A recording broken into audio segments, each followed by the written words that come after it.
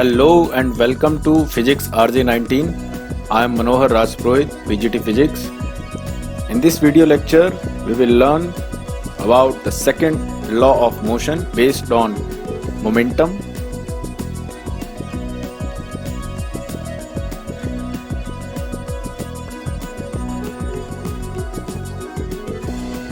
In first law, we have discussed about inertia, law of inertia, types of inertia, and in second law we will discuss about the momentum, change in momentum, the factors responsible for change in momentum.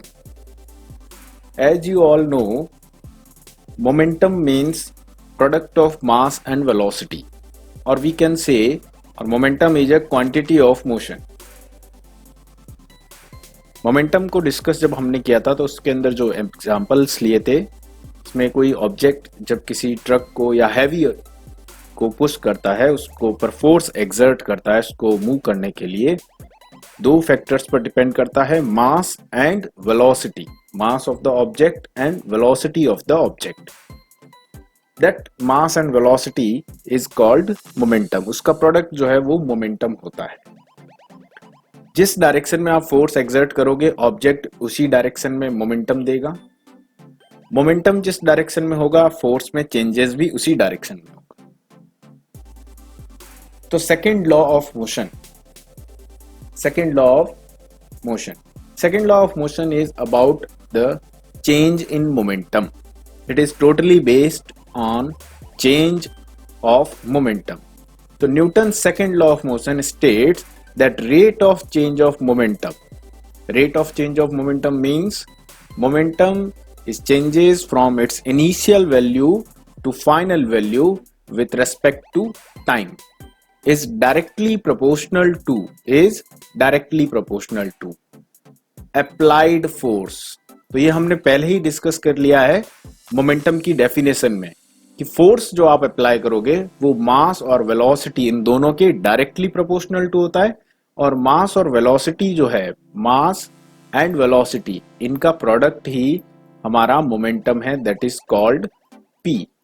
That's why तो force जो apply हो रहा है वो इनके directly proportional to हो गया. तो फोर्स डायरेक्टली प्रोपोर्शनल टू किसके हो गया? मोमेंटम. और चेंज इन मोमेंटम, यानी मोमेंटम में जो चेंजेस होगा वो चेंजेस क्यों होगा? क्योंकि ऑब्जेक्ट पर फोर्स अप्लाई हो रहा है.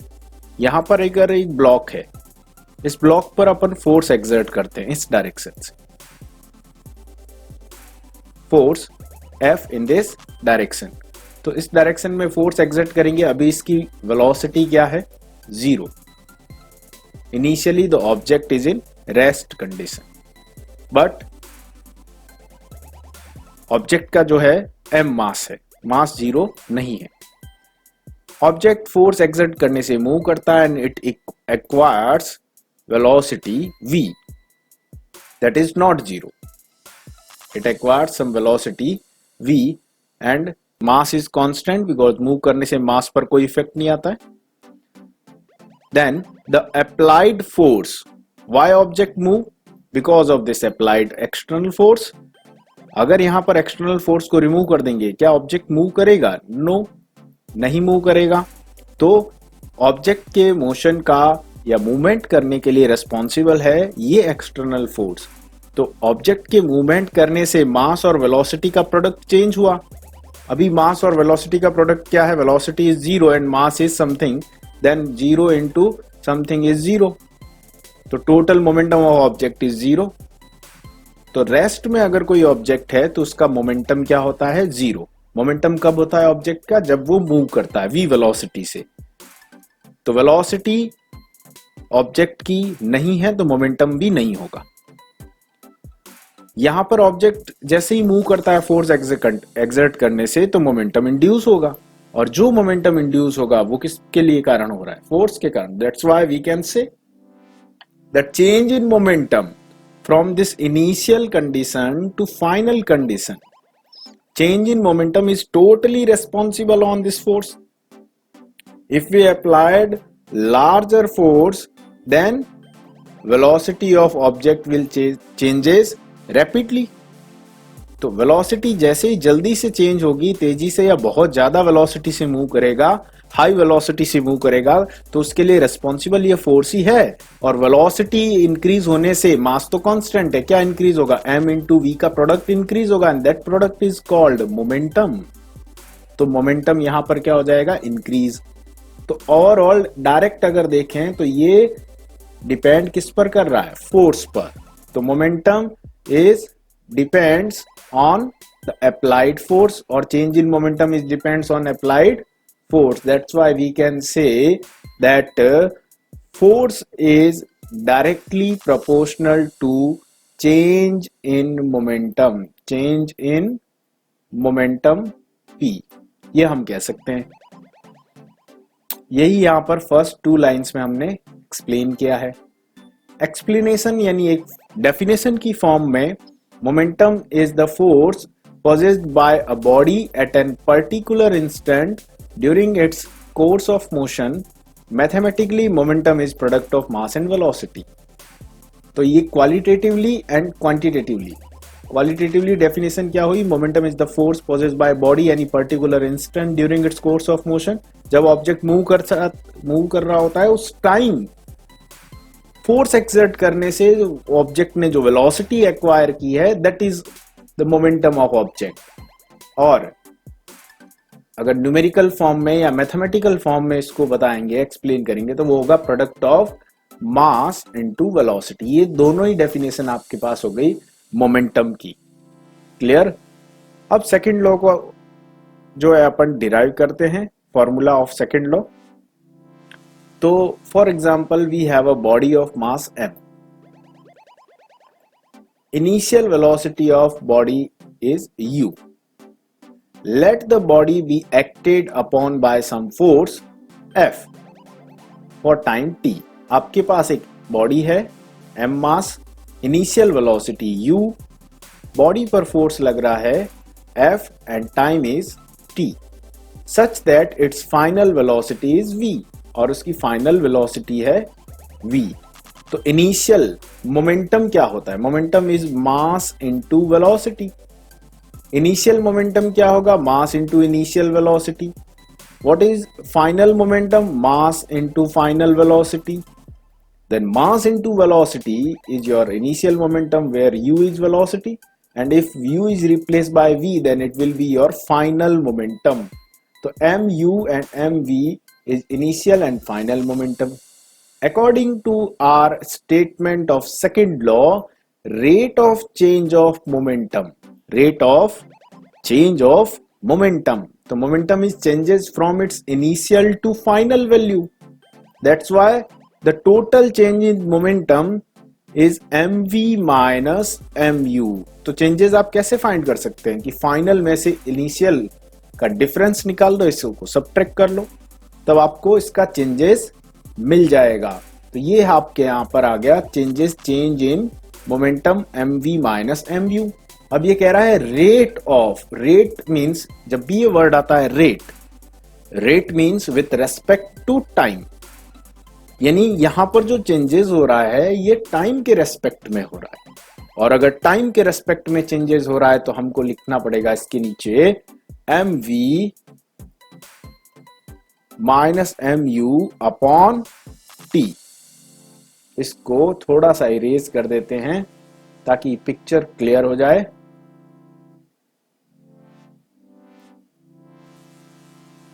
It is mv minus mu upon t,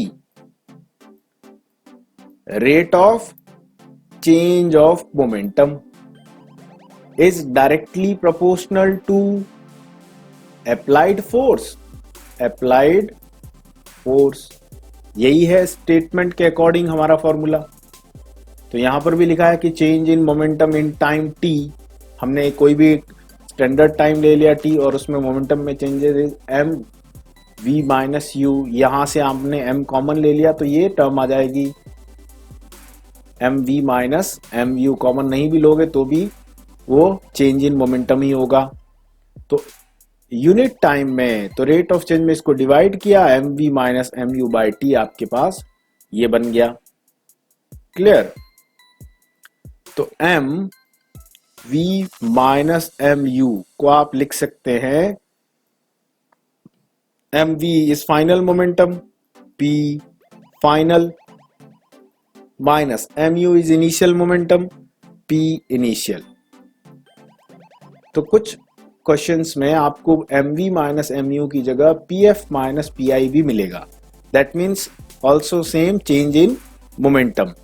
pf minus pi को आप और लिख सकते हैं delta p, pf minus pi को डेल्टा p, ये डेल्टा साइन आप मैथ्स में यूज करते हैं। तो delta denotes some changes in physical quantity. तो जहां भी डेल्टा आ रहा है दैट मीन्स वहां पर फिजिकल क्वांटिटी में कुछ चेंजेस हुआ है। ये चेंजेस यहाँ पर डेल्टा और p, तो चेंजेस हुआ है किसमें, p मीन्स मोमेंटम में। तो इसको अपन डेल्टा p लिख सकते हैं, किसको, इसको या इसको, दोनों को ही। तो यहाँ पर डेल्टा p, तो for according to statement the final formula f is proportional to delta p upon t, ये मिल जाएगा delta p upon t। Proportional to का साइन रिमूव होगा, इक्वल टू आएगा और इक्वल टू के साथ आएगा कांस्टेंट, और वो कांस्टेंट की वैल्यू डिफाइंड नहीं होती है, उसमें कांस्टेंट की वैल्यू 1 ही होती है। तो हमारे पास फॉर्मूला भी आ जाएगा f equal to delta p by t. p की वैल्यू आप पुट करोगे यानी वही mv माइनस mu, ये स्टेटमेंट के अकॉर्डिंग हो गया और ये आपका डेरिवेशन का फॉर्मूला है। तो mv minus mu by t में जैसे आप वैल्यू पुट करोगे, यहां से m लोगे कॉमन, तो अपन m कॉमन लेके वैल्यू पुट करते हैं, वैसे यहां ऑलरेडी कर चुके हैं। Here we have m common, v minus u, mv minus u by t. अब देखिए what is the definition of acceleration? Acceleration A is v minus u upon t. v minus u by t is acceleration. Here we have v minus u by t. We can replace it with a. Yes. तो यहां से ये replace हो जाएगा v minus u by t, that is the formula of acceleration. Replace होते ही क्या हो गया, m into a. Change in momentum in unit time is m into a, and that is equal to force. That's why we can say कि m into a is equal to force. Father equal to mother. Force is equal to mass into acceleration. ये एक standard और universal formula आपको मिल गया from the second law of motion. तो second law of motion से force का formula अगर exam में क्वेश्चन आता है कि व्हाट इज द और derive the formula of force from second law of motion, तो आपको ये डिराइव करना है। आपको सबसे पहले मास, वेलोसिटी, इनिशियल, फाइनल ये लिखना है, फिर अपॉन टाइम, फिर कॉमन लेना है, फिर ये स्टेप v माइनस यू को v minus you by T की जगह एक्सीलरेशन पुट करना है, देन आपका फॉर्मूला ये बन जाएगा। तो सेकंड लॉ के according rate of change of momentum is called mv, and statement में क्या बोला था कि rate of change of momentum is equal to applied force, तो ये फोर्स के इक्वल हो गया, आपके पास बन गया F equal to mv। Clear? तो ये रहा हमारे पास आगे F इक्वल टू, यहाँ पर F equal to ma। F equal to, ये प्रोपोर्शनल टू का साइन था वो रिमूव हुआ, k कांस्टेंट, मैंने आपको बताया k कांस्टेंट है और उसकी वैल्यू क्या है, जब डिफाइंड नहीं होती है तो k इज, उस कांस्टेंट की वैल्यू हमेशा 1 होती है। बॉडी का यूनिट मास है, यूनिट एक्सीलरेशन है, तो उसका फोर्स जो है वो यूनिट होगा, तो कांस्टेंट है 1। That's why we can say F equal to ma, mass into acceleration. Clear? तो ये फोर्स का यूनिवर्सल फॉर्मूला है। तो इस फॉर्मूले के अकॉर्डिंग फोर्स की यूनिट क्या होगी, यूनिट ऑफ फोर्स, तो first unit of mass is kilogram, then unit of acceleration metre per second square. तो kilogram into metre per second square, it is the SI unit of force, but standard unit which is used in numericals or in formulas or in daily life is Newton. Why? Because Sir Isaac Newton ने इसको first time define किया था, इसलिए उनके नाम से ये unit है न्यूटन। तो standard unit of force is Newton. हम kilogram metre upon second square use नहीं करेंगे, हम इसको न्यूटन में यूज करेंगे। तो 1 Newton is that force which produce an acceleration of 1 metre per second square, means F equal to M A. इस फॉर्मूले में 1 न्यूटन की वैल्यू क्या है, यानी आपको बोले कि what is 1 Newton. 1 Newton force is that force which produce an acceleration of 1 metre per second square of an object of mass 1 kg। इसको अपन बोलेंगे 1 न्यूटन। अब देखिए फिर से आ गया वेक्टर और स्केलर, तो force is a vector quantity, क्योंकि एक्सीलरेशन है साथ में और इसका डायरेक्शन पर इफेक्ट होता है फोर्स का। डायरेक्शन चेंज करने से फोर्स के मैग्नीट्यूड पर उसका इफेक्ट होता है, that's why force is a vector quantity. तो Newton second law of motion gives a quantitative definition of force, ये भी इंपॉर्टेंट है। तो फोर्स की जो डेफिनेशन है वो सेकंड लॉ ऑफ मोशन ने एक्सप्लेन किया है।